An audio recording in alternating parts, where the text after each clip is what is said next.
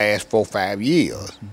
We still are the 22nd city, number 22 in the United States with the highest HIV rate. And that's due to poverty, being in the South, lack of education, lack of appropriate health care. That's a lot of many reasons. Drug use. And drug use is a good segue for what I need to say now. Right now, although needle exchange is not legal in Nashville, we know that needle exchange reduce HIV rates in the injection drug use population. So street works, you know, we just had to be proactive on that front. So we do provide sterile syringes for people who are actively using. While we don't condone drug use, we do know that they're going to use drugs whether they have clean needles or not. So in order to reduce HIV infection rates, we provide sterile syringes for people who are actively using, but we also offer them information and try to help them move to get into drug treatment. And we do that. Also the same thing with hepatitis C. We have probably 50 or 60% hepatitis C positivity rate in our testing. Now, what do you mean when you say HIV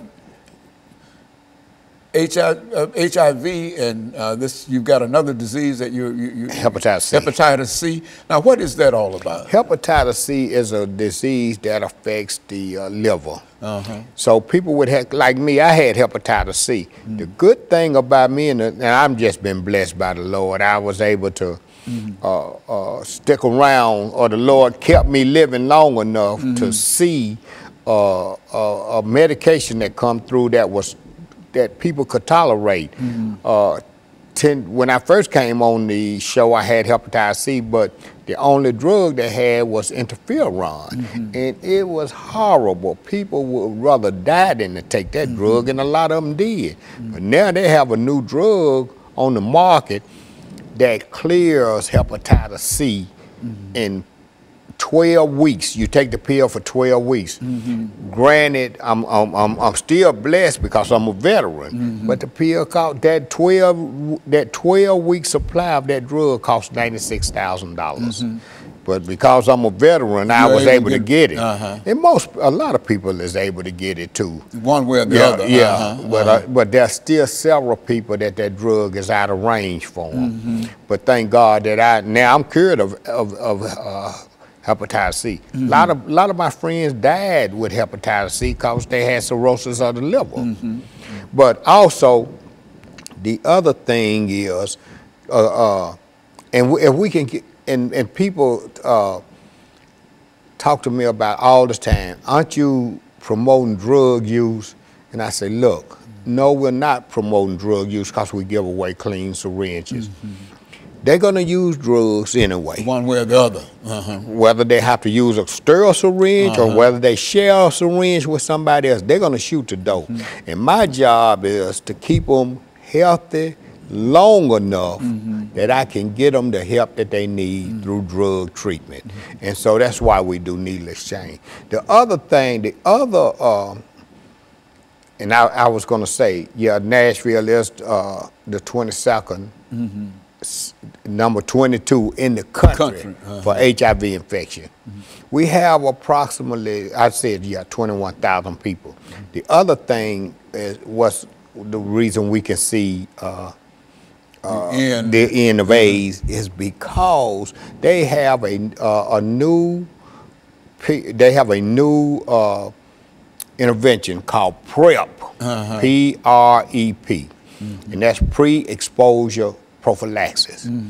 It's kind of like the morning after pill. So now people in high risk situations, and it's particularly men who have sex with men, they can take a drug called Truvada, and it will prevent them from getting HIV. Now, don't get me wrong, I'm not saying, hey, go out and have unprotected sex, or you know. But what I am saying is that undetected viral load with PrEP.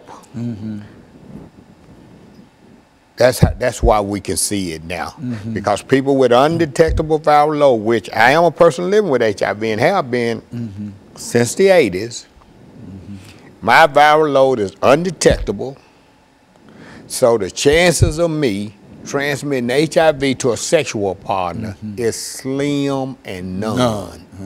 And when I say slim and none, they done studies, and there's been no seroconversion among discordant couples. That means one positive, one negative couple with undetectable viral load. And it's strange that on my way here today to do this show, they was talking about organ donation of people who are HIV positive. This is how we know HIV, the end of AIDS is near, because now HIV positive person can donate an organ. They can, not only can they donate an organ, they are now receiving organ. Before they wouldn't even give the blood. I mean, not the blood, but they wouldn't even give a HIV positive person an organ, because they were like, oh, he got HIV, he's gonna die anyway. Why would we give him an organ? So, man, this is really some exciting times in the HIV/AIDS world. Okay, and so what we're going to do, we're going to take this final commercial break, Brother Crowder. Okay. Crowder. And then we're going to, I know, Crowder. I know. And then we're going to come back and we're going to have our final segment. We'll be back with our audience following this very, very short commercial break.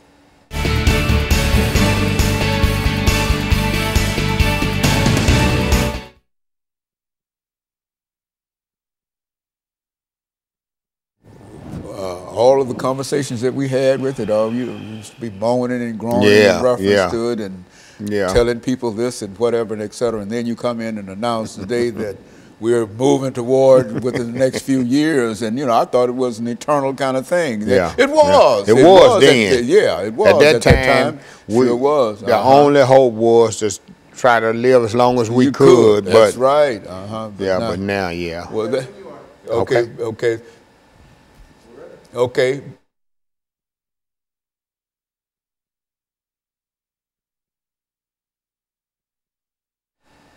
Thank you, and welcome back to the final segment of the show for today. We're talking to Mr. Ron Crowder, and he's giving us some information in reference to the status of HIV and AIDS in Nashville. And I think I must say up front, Mr. Crowder, that the information that you have reported today is very, very positive and well hoped for information, because I can remember when you came to me and dealing with the same kind of situation, and it was moaning and groaning, not only in reference to what happened in Nashville, but all over the world in a real sense. And now you're telling us that there's a possibility that we might see the end of AIDS within the next half decade or so. Go on, talk about it. Dr. Haney, you're right. You're absolutely right. We're very optimistic that the end of AIDS will occur within the next 5 to 10 years. We're very optimistic. That's not to say that people still shouldn't take the same precautions as they have taken before. While the optimism is good, there is some things that I'm gonna tell you that's not so good. For example, HIV is still disproportionately affects people of color. People of color who get HIV seem to get sicker quicker, and they die sooner. Now, amongst men who have sex with men, the infection rate is out the roof. I mean, the CDC has given statistics that says 1 in 2, that's 50%, man, of men who have, particularly African-American men. This is African-American men, young African-American men, will get it. 1 in 2 will be infected with HIV. Now, Nashville Cares, Street Works, and Neighborhood Health received a grant from the CDC in the amount of $3.8 million over the next 5 years to combat HIV in the young MSM, the young black MSM community. What we plan to do with that grant is to create a one-stop shop for MSMs where they can come and receive all of their services under one roof. So we are in a collaboration to make that happen. We've not yet solidified the space, but we're in negotiation. Well, Nashville Cares is in negotiation with a realtor now to secure the space. But we just started our 2nd year of this grant, and it's going well. So again, like I say, it's some exciting times now. The federal government finally got it right. Okay. And now they putting their resources to follow the epidemic. So the epidemic is the greatest need is in young black MSM. So and that's where they're putting their money. MSM. What do you? Men who have sex with men. Is that MSM? Men, that's yes. Men who have sex with men. Now some people think that's a derogatory term, and you know, I just left a conference in Florida, the United States Conference on AIDS, and they was using gay and that other word we used to use a long time ago. I think those words are derogatory, queer, gay, and all of that, but apparently in other cities, they think MSM is derogatory. I mean, you know. But it's a matter of what you call it. But in a real sense, the disease itself, it has been mitigated in a real sense to such a point that it is possible to think about the end of HIV and AIDS. We see it. It's in sight. It's really in sight. Yeah. Well, that's one of the most encouraging things that I've heard about it. I didn't know that. You know, I think it's been a long time since we had a chance to talk to you about it. But the very thought of being able to end it, and this is not only for Nashville. We're talking about all over the world. You see? And I understand it has been a tremendous problem in some parts of Africa, for example, and other parts of the world. Now, you know, third world countries and places like Africa and things, I'm not sure if they're going to be on land with it ending like that, but whatever happens here, I'm sure it'll eventually get there too. Because now you still have mothers breastfeeding, and you know, they just don't have the resources that we have. So, but eventually it'll get there. Nashville is doing some excellent work around prevention, around EIS, which is early intervention services, finding people who are who have HIV and don't know it. So we aggressively look for those people, because probably, I don't know the percentage right off the top of my head, but most of all new infections occur amongst people who have HIV and don't know that they have it. So the key to ending HIV also lies in finding those people who are HIV positive and don't know that they're HIV positive. Also, finding the people who are HIV positive for whatever reason who has fallen through the cracks.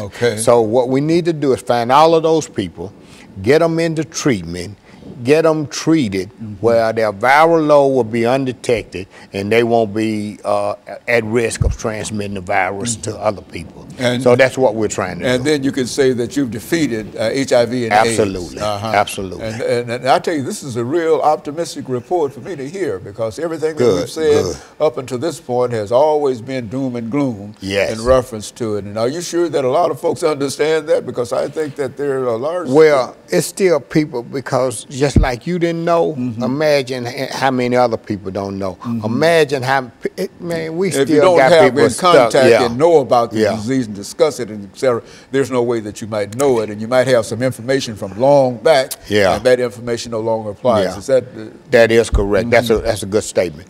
The thing is now, early detection and early treatment. The sooner we can get them detected, as soon as we can detect the disease, the sooner we can get them into a treatment. That's the key. That is the key to ending this epidemic. Well, Mr. Crowder, let me say, we've got about a minute and a half to go here.